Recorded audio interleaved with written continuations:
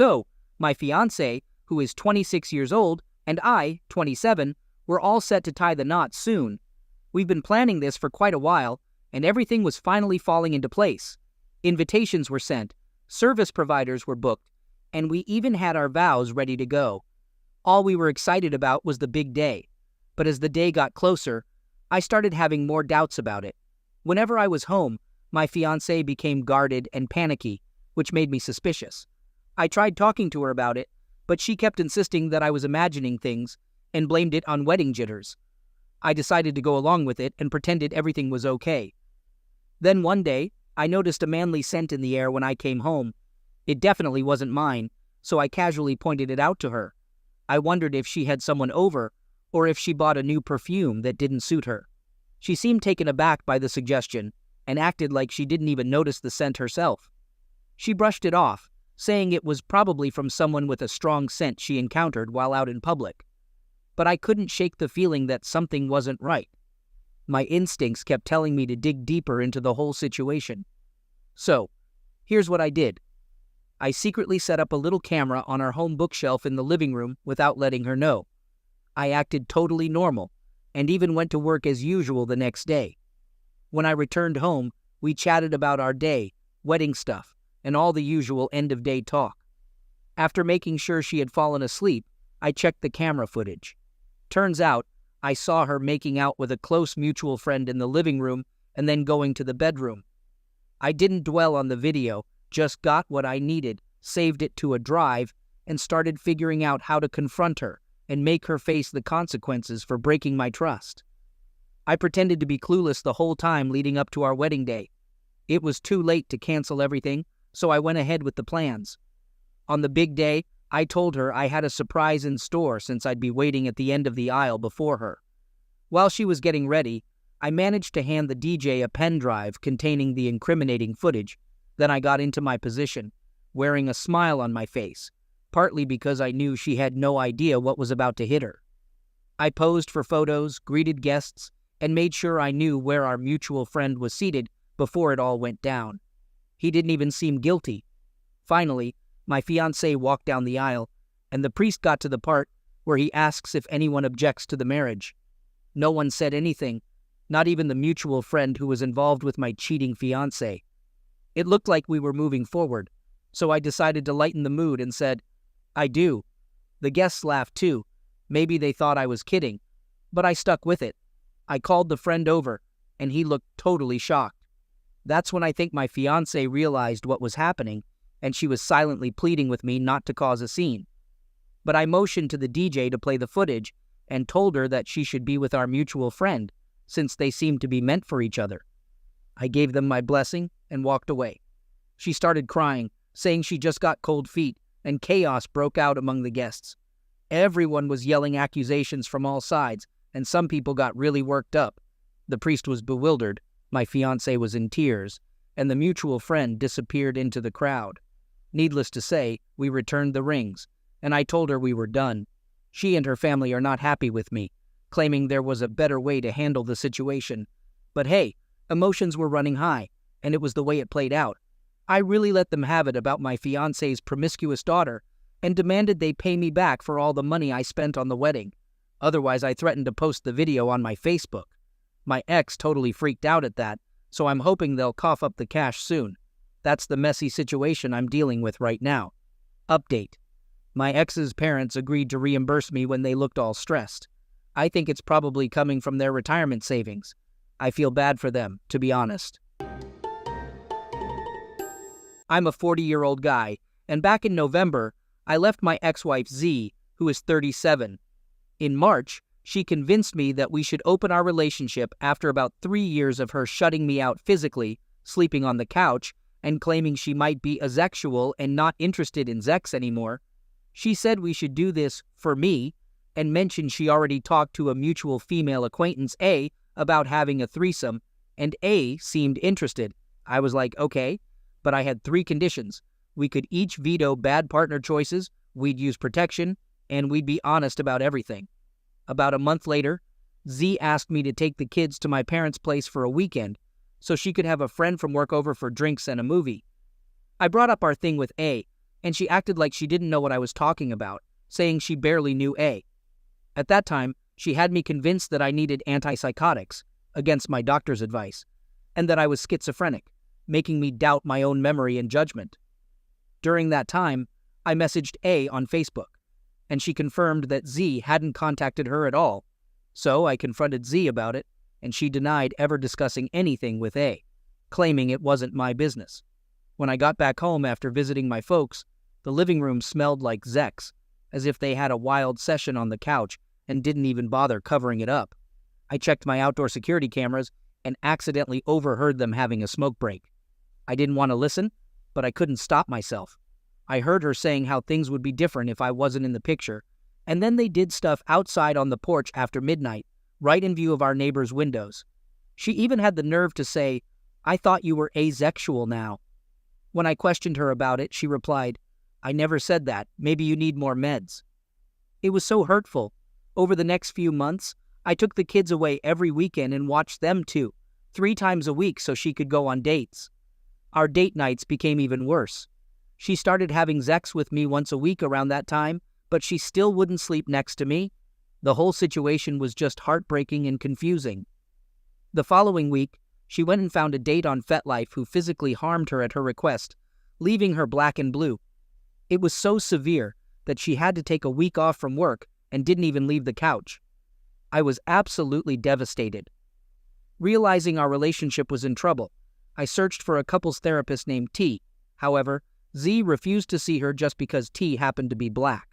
Before finding T, I made sure she was capable of helping me deal with my issues independently, and I started regular therapy with her when Z backed out.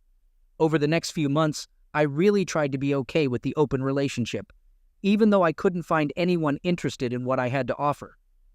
Z suggested it was because I was too old, fat, and unattractive.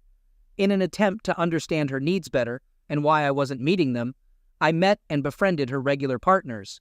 But during this time, I discovered she wasn't using protection with any of them. There were about 6 or 7 other guys by then, from what I could tell. Ironically, the only people I engaged with in the open relationship were 2 of the guys Z was frequently hooking up with. She made me feel guilty for every step I took in the open relationship, so I started hiding these interactions from her. Back in August, I got into a 5-car pileup, lost my new car, and got a severe concussion. It left me with loads of debt, a $600 monthly car payment, and no car to show for it. I started working even harder to make up for the financial gap, only taking 1 day off each month to hang out with a friend who she was seeing at the time, and his girl, and we'd usually end up getting drunk at their place. During all this, I was also taking care of our 3-year-old and my 11-year-old stepdaughter whenever Z wanted to sleep away. It was tough, and the lockdown made me feel even more isolated and lonely. Then Z found out that I was having threesomes with her first open relationship boyfriend and his girlfriend when we got together a couple of nights a month for drinks. She exploded and accused me of being a deceiver, a cheater, and a liar. I didn't even know that was against the rules, since she hadn't told me all the details of her open relationship. So I stopped hanging out with them, hoping to make things right. She immediately dumped that boyfriend. After that, she brought home another guy, C. I didn't trust him and tried to veto him. I knew him from before, but Z said it was none of my business and that I had no say in the matter. C and I were buddies back in high school. One night, when we were both around 19 or 20, he showed up at my parents' house with a busted nose and a black eye. His dad had beaten him up badly, and he said he was leaving our hometown forever. I made a big decision that night and quit my job and broke up with my girlfriend. We both hitchhiked to a big city together, but after about 2 weeks, he left me high and dry with nowhere to go. He was done with the homeless life and just called his mom to buy him a bus ticket back home. I was stuck in the city, and it took me nearly a year to find my way off the streets. I had to do some sketchy stuff for some shady people just to survive and get food. I really regretted having to associate with such dangerous folks, and one night, I saw something that made me realize I had to leave town. Thankfully, I had managed to save some money by then, so I got out of there. I returned home, but C and I avoided each other for almost 2 decades. Out of the blue, Z and C fell in love, and she didn't hold back about bragging to me about his Johnson's size and cross-dressing skills. I tried to be chill with everything, and even rekindled my friendship with C, letting him into my inner circle. He got really close. During this time, I think someone was giving me hormone blockers without my knowledge, and it led to a gender crisis at 39, leaving me feeling lost. Then in October, C asked me to divorce Z so that she could have the baby they had been talking about. I confronted her about it, saying, "He asked me to leave you. He made it sound like that's what you want. I won't stick around if that's what you want. I'm asking you to choose me over him and stop seeing him." Her response was, "How dare you make me choose?" So I said, "Fine, I'll make the choice for you." About 30 days later, I got an apartment with a close friend and continued to stay in touch with my 3-year-old. C moved into the house right away. I paid $2,000 a month until Christmas to avoid causing financial strain on the people I care about. Now, I'm paying around $1,000 a month in support, and I see my 3-year-old twice during the week, and she spends Saturday nights with me. Z is using the family justice system to demand more time so she can have more free time to be a grown-up. I don't get how she feels entitled to anything more at this point.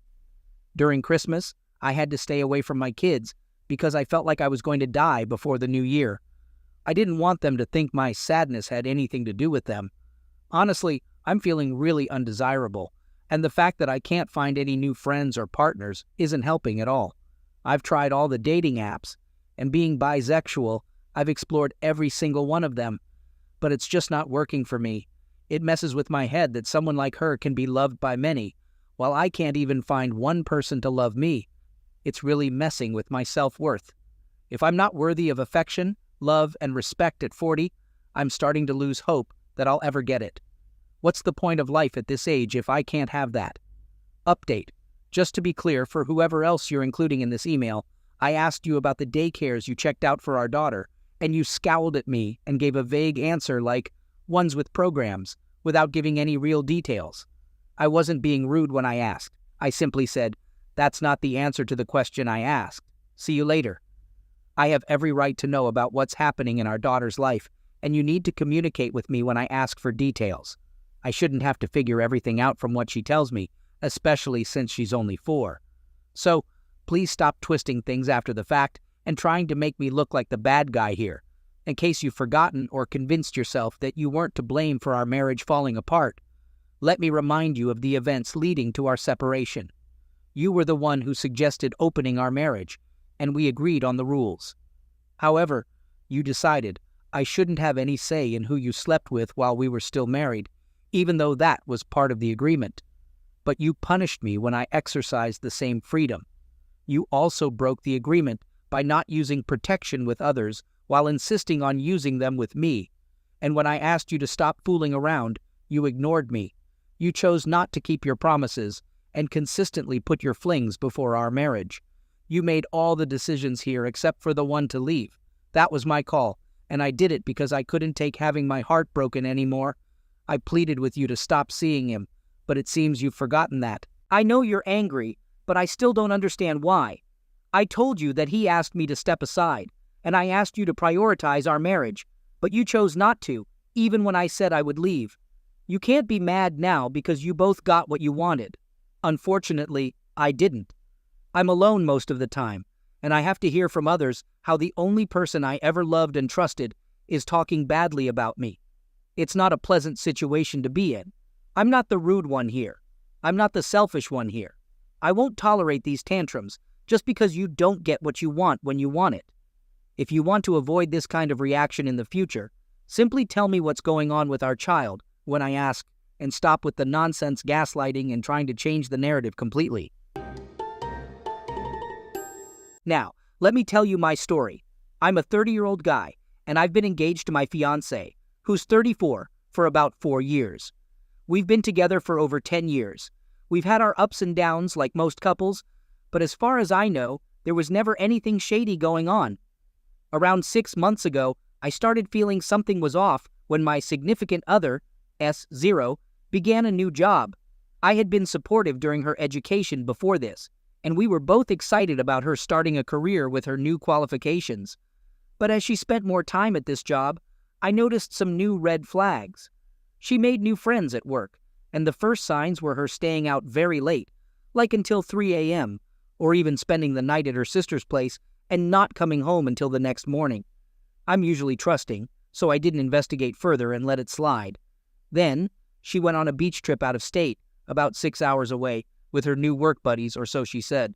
Turns out, during this trip, she met a guy at a bar, and they ended up having sex. This bombshell hit me about 8 weeks ago when she returned from the trip. Just 1 day later, she told me she needed to take a break and rethink our engagement and relationship. It totally blindsided me because I thought everything was fine and had no clue anything was going on. At this point, I still didn't know about the cheating. I asked her to stay and offered to go to counseling, but she was insistent on leaving and said she'd be staying at her sister's place. She eventually came back and said she wanted to work on our relationship and agreed to do couples counseling. About 3 weeks ago, she dropped the bombshell that she's pregnant again. I trust her, so I assumed it's my baby since we've been trying for a while to start a family. I got all excited, started making baby plans, and even bought baby books and corner protectors. But then, those red flags from before started nagging at me, and my thoughts spiraled. I mustered up the courage to ask her for a paternity test to confirm if I'm the father. I told her I trust her, but it's just for my peace of mind and security. She got upset with my request, and we put it off for a while. However, I brought it up again last Friday while we were talking about the baby. That's when she broke down and admitted that she's been cheating on me. She was 100% sure that the other guy is the father. She also told me she had an appointment for termination the next day. I was completely shocked and heartbroken. I haven't freaked out yet, but I'm still trying to process everything. I told her I'd take her to the termination appointment since it was quite far away, and I didn't want her to get sick or anything on the way back. Later on, she confessed that she met this guy during her beach trip, and they had sex. Then, I assumed they met again when she stayed at her sister's place, but she denies having sex with him for a second time. I don't really know if there were more encounters. She might have left some details out. According to her, the guy told her he doesn't want anything to do with the baby and suggested she get a termination. It must have been tough for her to hear that, especially since she's been wanting a baby for a while. He even had the audacity to suggest that I raise the child. Can you believe that? I guess they talked about me. Who knows? Maybe if I wasn't bringing up paternity testing, I could have fallen into that trap. I had no choice but to leave our apartment and move back in with my parents. She's saying she loves me, but I'm devastated and can't see any way to fix things at this point. I'm just so heartbroken about the life we had together falling apart. Plus, I lost my buddy, her dog, in all of this mess. Though I'm at home with the dog now, dealing with the aftermath of a relationship crumbling is tough. I'm lost and looking for advice on what to do next or how to start healing because right now I feel numb and lifeless. Thanks everyone for the support. Reading your comments is really helping me handle this situation, and I'm grateful for it. I've already moved out about 85% of my stuff. The rest is in storage, all bundled together, so I'll need to schedule some time with my ex-fiancée to go through it. Once that's done, I'll be completely moved out. I made sure to take everything valuable with me. Regarding the lease, it was canceled, but she hadn't fully moved out yet, so I had to help her get rid of the remaining items. It turned out not to be as much as I thought, and we cleared everything out in about 2 hours. After that, I said goodbye without any affection and left, and I haven't seen her since. The only other thing left was the car insurance, which I canceled and got a new policy. I texted her about it, giving her 10 days to find a new policy. I gave her plenty of time to sort it out, but I don't know what she did, and honestly, it's not my problem. I haven't spoken to her since I sent that text, and she hasn't tried to contact me in any way. I don't actually want her to reach out to me. In fact, I'm quite glad she hasn't tried to call or anything. I talked to the landlord, and they said they'll send me documentation about the early termination fee and how to pay it. When I went online to their renters portal, my account was deactivated, so I can't see anything there. The landlord mentioned they already have another renter lined up. I'm a bit puzzled about how this termination fee will work since they haven't sent me anything yet. I'm wondering if there's some COVID-related reason why they haven't charged me, or if there's some other clause I'm not aware of. But so far, I haven't paid any of the fee, so I'm just waiting for it to show up in my mailbox someday. I'm assuming they'll send it, but it would be a pleasant surprise if for some reason I didn't have to pay that $3,000. Besides that, I'm doing well. Surprisingly, I haven't gotten emotional or shed a single tear about her or our relationship ending. I feel free, you know? I've been keeping myself busy at the gym, with my side work, and enjoying my hobbies whenever I want. I even made plans for a rock climbing and hiking trip with one of my best friends whom I rarely get to see. It's so liberating to do things I want without having to check with someone else, worry about money, or coordinate schedules. I can just do whatever I want now, and it's amazing. One of the comments on this post said that I haven't been upset because my future self knows my life will be fantastic one day. I believe in that more and more each day. It feels like I was held back before, but now I'm free and ready to experience everything life has to offer. I'm happy to hear you're doing well too. I hope you've put the past behind you and moved on with your life. Your ex-fiancée probably only stayed with you because you provided stability. I don't think her affair partner was the only guy she cheated on you with either.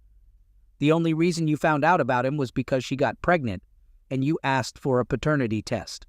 It's heartbreaking to realize someone who claims to love you can hurt you that much. She was willing to let you take care of the child knowing it wasn't yours. Thank goodness you asked for the test. I'm glad you were able to leave that relationship with her. You deserve way better than her. My wife and I first met in 2008 while we were both traveling. It was one of those classic movie-like moments in Madrid. Our eyes locked from across the bar, and I mustered the courage to approach her. That night, we ended up going home together. The following 3 days were filled with passion, fun, and lots of sun. We decided to stay in touch. After that, she went back home, and I continued my travels. We started a year-long long-distance relationship before I eventually moved to be with her. During that time, she confessed that she had cheated on a previous boyfriend and felt remorseful about it. However, she also believed that her ex's decision to break up with her was excessive, considering it was only a kiss. Looking back, I realized she might have been testing my reaction, and possibly even cheating on me too.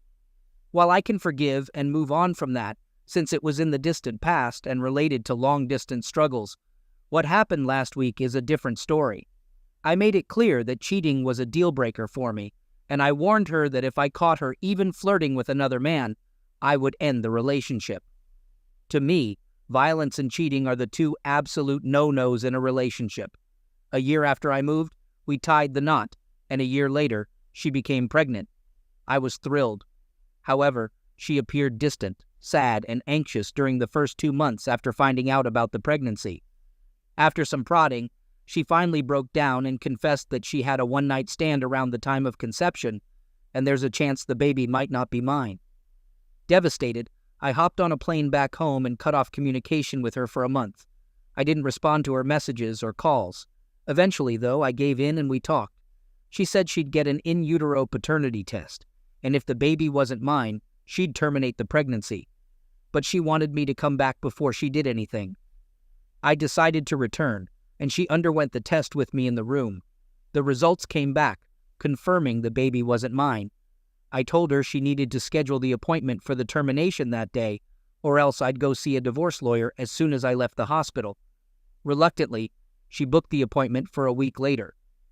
On the day of the appointment, I drove her and held her hand. I understood that a termination, no matter the circumstances, could be traumatic for her. In the car, she broke down in tears, begging me to reconsider, make it work, or anything but go through with the termination. But I looked her straight in the eye and said, "Do whatever you want with your body and your life, but I won't raise a child that isn't mine. That kid would constantly remind me of your betrayal, and I can't put myself through that. So it's either termination or divorce." Just to clarify, I wanted a divorce right away. When she hesitated, I immediately leaned towards divorce. I never tried to convince her otherwise. I did advise against termination, but she wanted to keep the baby and save the marriage. She made it clear that she'd terminate if I left, even if the baby was mine, and that she wanted specifically to keep the child and have me raise it with her. But that wasn't happening. She asked if I'd give her another chance if she had the baby, and I said yes because I still loved her.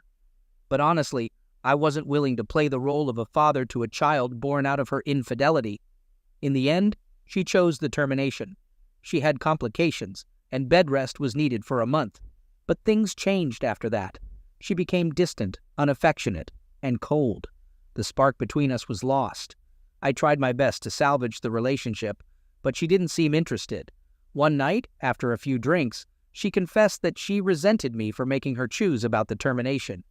In the heat of the moment, I lashed out, telling her she deserved to suffer for what she did. I regretted those words instantly, even though they expressed how hurt I truly felt. One day, when I came home early from work, I found her crying on the couch with a man I knew well, a co-worker of hers. The look on their faces said it all. He was the father, and their affair had been going on for 3 months. I'll never know if that's the whole truth, but I've stopped asking because it's too painful. I initiated divorce proceedings and kicked her out of the house right away. She pleaded and cried for months, and foolishly, I gave in and took her back. I made it clear that she had to quit her job and cut contact with the other guy. She agreed and made the call immediately. We decided to move away from her city and bought a house in my hometown, on the other side of the country. We went to marriage counseling, and it helped us improve. It was a slow process, but we got stronger together. We both decided to be completely open about everything, and we accepted that as our new norm. As time passed, I stopped snooping on her phone. Our relationship was great, our intimacy was satisfying, and we loved traveling together. We even started talking about having kids. We tried to conceive for 2 years, but no luck yet, though we had a lot of fun trying. This went on for years, and I felt completely secure and open with her when the recent incident occurred. She had been a bit distant for a few months, but I wasn't overly concerned. Whenever I asked her about it, she'd reassure me and be affectionate, but when left alone, she became quiet and sought her own space. One night, she was out drinking with friends, and I was at home. I woke up at 4 a.m. and heard her talking downstairs. When I went out to ask if it was her, she didn't respond. I had a feeling she was on the phone, and considering the late hour, her recent distance, and her questionable loyalty in the past, I decided to eavesdrop. She was giggling and flirting, saying stuff like, "I miss you too," and "I love you too." I knew it was him. I was sure of it. Then she started talking about the hotel, how great the room service was, and when she could see him again, and I couldn't take it anymore. I stormed down the stairs like a raging bull, and she knew she was busted. She started yelling, screaming, and cursing at me, trying to cover up her tracks. She said she had been to a doctor, and during the termination, they discovered some kind of problem. She was drunk, slurring her words and crying. But amidst all the chaos, she admitted that her uterus had been damaged, making it unlikely for her to ever carry a baby to term. She had found this out 3 months earlier, right around the time she started pulling away from me. I snatched the phone from her hand, and she tried to get it back. We wrestled back and forth until I pushed her onto the couch and told her not to move until I said so. I sat on a chair opposite her and went through all the details. There were 6 text messages from him, asking when she'd leave the bar and saying how much he missed her voice and how much fun they had together. Obviously, all the other messages had been deleted, but she hadn't gotten a chance to erase the ones from that night yet. I read the messages out loud, and she glared at me with anger in her eyes. I kept asking her to explain herself, and eventually she jumped up and started screaming again. She yelled that she took a day off work and drove to meet him halfway, spending the whole day with him in a hotel. She said that when she got the news from the doctor, she saw me as an enemy, and he was her ally. She screamed that she wasn't sorry and that I had ruined her life. I yelled back that I was glad she got the termination, and if I could, I would also make him disappear from her life. She slapped me across the face, so I slapped her back, equally tough. It was open-handed, but I hit her much harder than she hit me. She fell back onto the couch, stunned and in disbelief, holding her face and starting to sob. She reached for her phone and I grabbed it from her, then threw it, smashing it against the wall. I went up to my room and paced back and forth, while she stayed downstairs crying, and that's how we spent the night until morning. When I went downstairs, she was asleep. I woke her up and told her to take a shower and leave. I had already scheduled an appointment with my lawyer to file for divorce, and she couldn't stay in the house while I was gone. She cried and pleaded with me not to go through with it. She claimed she was drunk and didn't mean what she said. She admitted that she made up the story about meeting him just to hurt me, and that I was the only one for her, and so on. She apologized for hitting me and said she didn't need an apology for me slapping her back because she deserved it. I agreed that she deserved it and told her it was good she wasn't waiting for an apology because she wouldn't be getting one. That was last week. This week, she's back living with her parents. She calls me 10 times a day and sends long, weepy text messages that I don't read or reply to, as my lawyer advised me not to contact her unless through him. I'm proceeding with the divorce. Update. An important note I forgot to mention earlier, and I've answered it in various comments now. She told me she didn't want to raise the baby alone. If I divorced her, she would go ahead with it. She didn't want to keep the baby, and I convinced her to get rid of it. However, she wanted both of us to keep it and raise the child of the man she cheated with. At that point, I still believed the pregnancy was the result of a one-night stand she had during a weekend away with her friends. But she wasn't really away with her friends.